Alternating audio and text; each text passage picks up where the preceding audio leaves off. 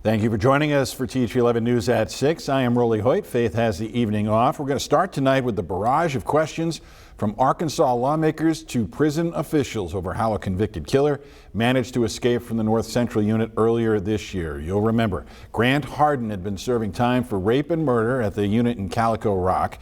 And on May 25th, he slipped unattended to a kitchen loading dock and then out a gate before evading law enforcement in the Ozark Mountains for nearly 2 weeks before his recapture.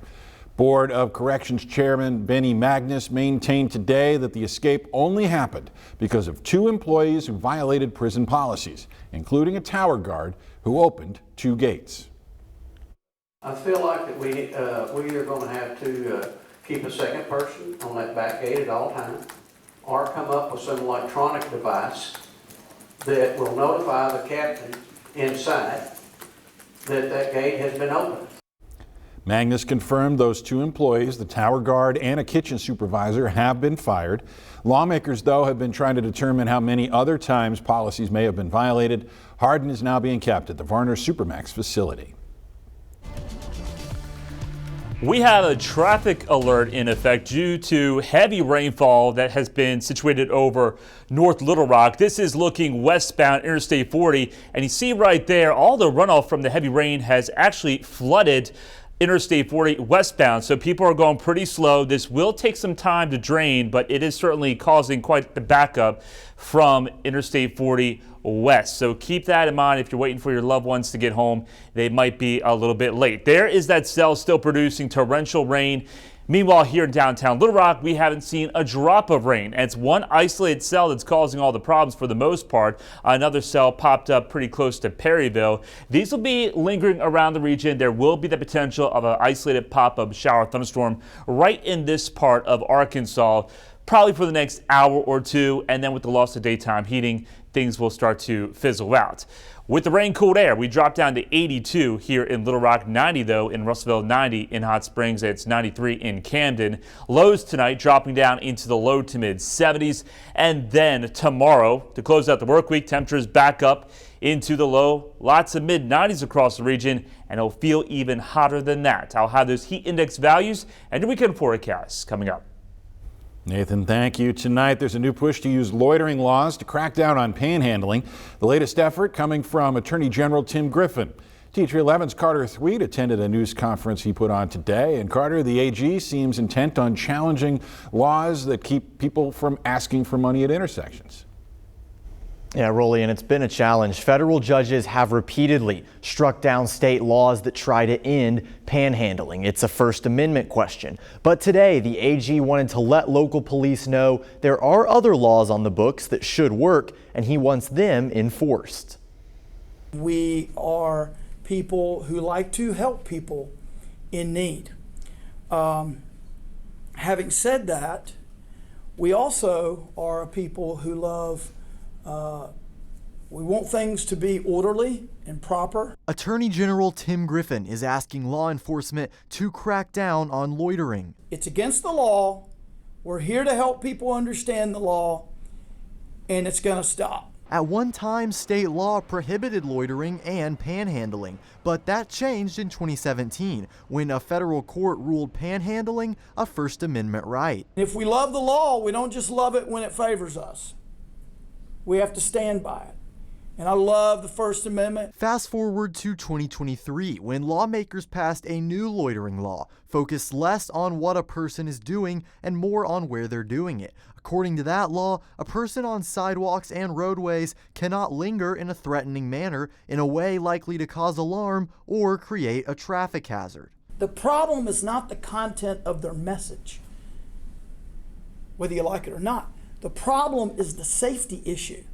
This is a public safety issue. Little Rock Vice Mayor B.J. Wyrick agrees. There are people that are standing on little small medians, less than 2 feet wide, and they have signs and they're stopping traffic. It's a safety issue. She says she's following Griffin's example and plans to pursue the same thing here in the capital city. Our first step in the city is to approve the ordinance, and then the second part of the ordinance would be for our enforcement from police department. We reached out to the ACLU of Arkansas, who have fought against these loitering laws in the past, and they sent us a statement saying, in part, these laws aren't about safety, but instead pushing poor people out of view. That full statement is now on our website, thv11.com. Carter, thank you. The AG's announcement comes as pedestrian deaths in the U.S. fell for a second year in a row, according to a new report, but they still remain troublingly high overall. The Governor's Highway Safety Association reported drivers hit and killed more than 7,100 people in the United States last year. That's a 4.3% drop from the year before, but is still nearly 20% above the 2016 levels. People walking are overwhelmingly dying at night.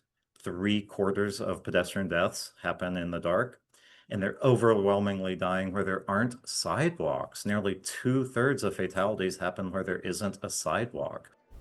The report also found alcohol use by both drivers and pedestrians posed a significant safety threat. In 2023, more than a quarter of pedestrians 16 and older killed in crashes had a blood alcohol concentration above the legal limit. 16% of fatal pedestrian crashes involved a driver over the legal limit. Child sexual abuse material charges this week after a months-long operation led by Arkansas State Police. Tonight, THV11's Maya Ellison shares more about the initiative and what investigators are learning in the process. While summer is usually a time to slow down and take a break, that's not the case for Arkansas State Police. This week, investigators announced arrests in 4 counties, including Pulaski and Saline, each suspect facing multiple charges of possession, distribution, and production of child sexual abuse material. What we wanted to do is target sex offenders so we could go and look at their devices because they have warrantless search waivers, and we wanted to know exactly what they were doing and try to track and see what they were doing. The arrests were part of Operation Cookie Crumbs. It's just one of several ASP efforts aimed at cracking down on child predators. Sergeant Corin Battle is the commander of the Arkansas Internet Crimes Against Children Task Force. He says they've seen a 40% uptick in cases over the last 5 years. The electronic service providers are doing an awesome job of providing us the information and providing it to us quick. And behind those numbers are victims, some too young to even know they were targeted. And I was looking to see what our youngest victim was, 7 years old, There were actually infants that were victimized with images being made of them. Brandy Cannon, supervisor at the Cooper Anthony Mercy Child Advocacy Center, says in most cases, the offender isn't a stranger. About 90% of the time, a child is sexually abused by somebody they know, love, and trust. That access and betrayal can lead to long-term trauma. That's where the center steps in to help victims heal. We recommend most often trauma-focused cognitive behavioral therapy for the child victims that we see. As that healing process begins, both Cannon and Sergeant Battle say the best prevention starts at home by monitoring what children are doing online and staying involved. We need to have open and honest communication with them about what is acceptable and not acceptable. In Little Rock, Maya Ellison, THV11 News. Maya, thank you. You can learn more about the individual arrests in the digital version of this story, THV11.com. You can also find resources to report suspicious activity.